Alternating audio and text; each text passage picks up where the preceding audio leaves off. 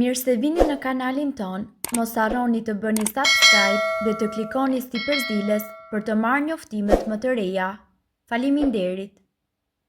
Mjeku i njohur do ju befasoj, ky gabim që bëni me orizin mund t'ju kushtoj jetën. Duke ngrënë oriz të ringrohur mund të helmohesh. Nuk është problemi te ringrohja, por te mënyra si është ruajtur orizi pasi është gatuar. Edhe pse të gjesh pak pilaf të gatuar në shtëpi, është kënaqësi e madhe sepse mjafton ta ngrohësh dhe t'i shtosh diçka tjetër që të pëlqen, e ke gati vaktin. E vërteta është që kur orizi rri disa orë i gatuar, mund të bëhet shumë i dëmshëm. Orizi i gatuar përmban spore që që riprodhohen shpejt të bacilit cereus, një lloj bakterie që mund të shkaktojë helmim nga ushqimi, e cila mundet të mbijetojë edhe pasi orizi është zier. Dhe nëse orizi lihet në temperaturën e dhomës pasi është zier, sporet munden që të shndërrohen në baktere.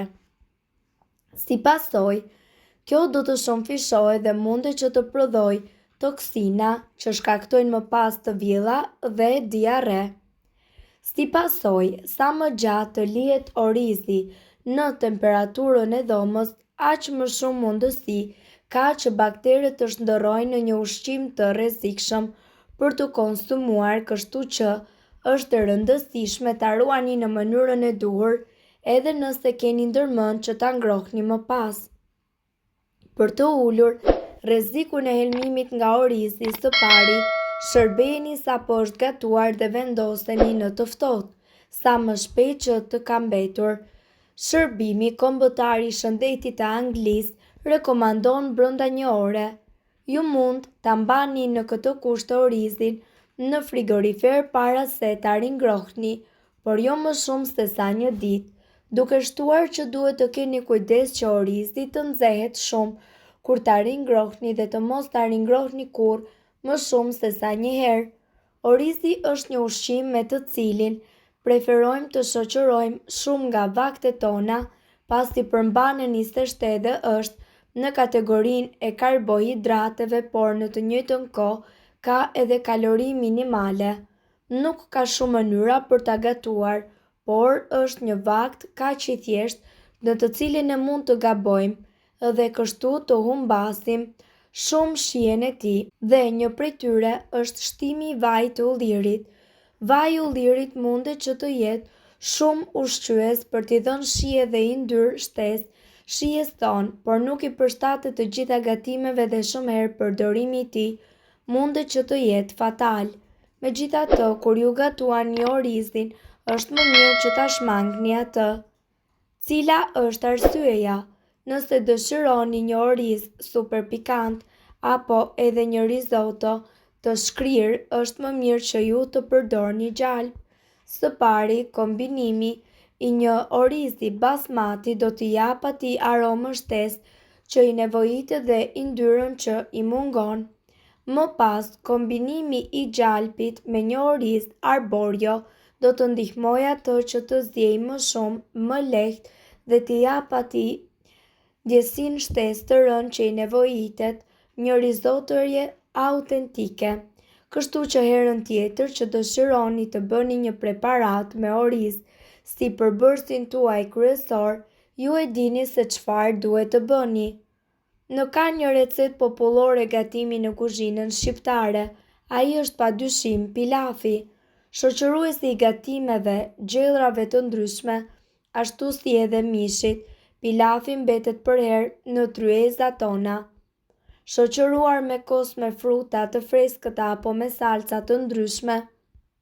Ideja për të shijuar mishin ashtu si edhe një zgjidhje fantastike për vaktin e darkës, por pavarësisht se është një recetë e thjeshtë, shumë anvisa hasin vështirësi në përgatitjen e duhur të tij duke përdorur shpeshherë edhe shprehjen nuk më doli gjë apo nuk e godita siç duhej.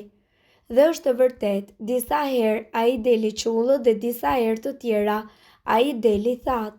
Këtu ne do t'ju sillim metodat më të thjeshta për të përgatitur siç duhet pilafin në shtëpi dhe për të shijuar pastaj në kombinime të ndryshme të gatimeve.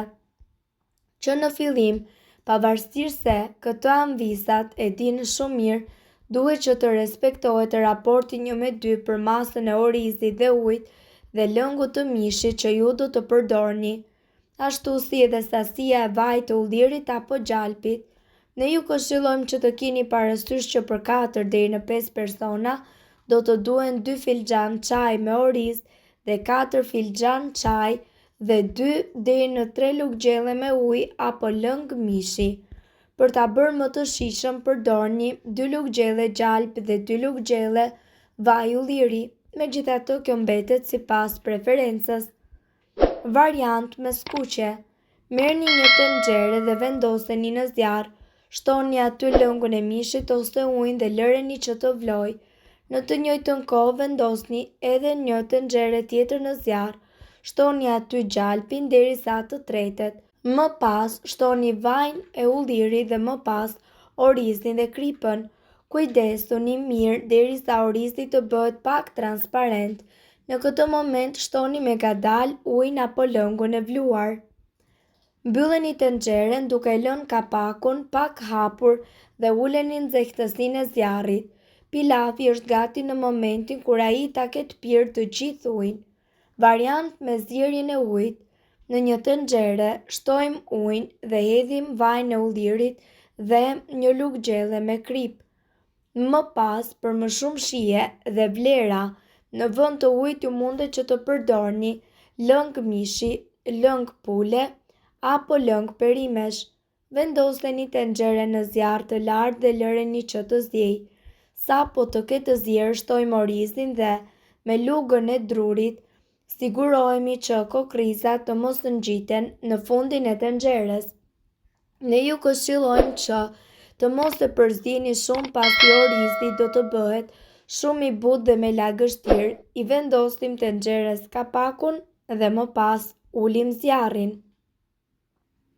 Para se ta shërbeni, e lëmë orizin që të ziejë për rreth 18 minuta dhe më pas largojmë nga zjarri dhe ashtu tenxheren do ta lëmë edhe 5 minuta të tjera. Para se ta shërbeni, me ndihmën e një piruni e përzieni me shumë kujdes.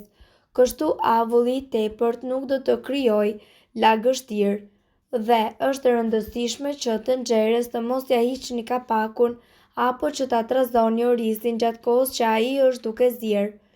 Nëse pilafi është bërë para se ta shërbeni, hiqeni kapakun dhe në vend të tij vendosni një pecet kuzhine. Ajo do të thithë lagështirën dhe do të ruajë orizin të mos bëhet i butë më shumë se ç'duhet. Gjithashtu, orizi është mjaft i shëndetshëm. Fibrat e orizit kaf sidomos janë shumë të mira për sistemin tretës. Studimet kanë treguar se një regjim ushqimor i pasur me fiber dhe është i dobishëm në menaxhimin e kolesterolit dhe uljen e rrezikut të sëmundjeve të zemrës. Sipas të dhënave, orizi ka përmban magnez, mangan dhe zink, të cilat nuk gjenden tek orizi i bardhë. Megjithatë, ky i fundit shpesh pasurohet me disa minerale, siç është hekuri dhe vitaminat B. Orizi i kaf është shpesh më i rekomandueshëm ose së paku siguroni që ai të jetë i bardhë dhe i pasuruar me hekur dhe vitamina. Mirëpo duhet të dini se këto informacione nuk kanë për qëllim të zëvendësojnë ilaçet e përshkruara nga mjeku. Para se të përdorni këto receta të mjekësisë alternative, ne ju sugjerojmë që të këshilloheni më parë me mjekun tuaj. Nëse ndonjë prej këtyre përbërësve ju shkakton alergji, e mira është që të mos i përdorni këto receta të mjekësisë alternative. Nëse doni të dëgjoni videot tona që ne postojmë çdo ditë, kliko subscribe. Ju ftojmë gjithashtu të bëni like në videot tona nëse i keni dëgjuar dhe pëlqyer ato. Faleminderit që e pat videon ton. Shpërndajeni këtë video në profilin tuaj në mënyrë që të informohen edhe shokët tuaj. Faleminderit.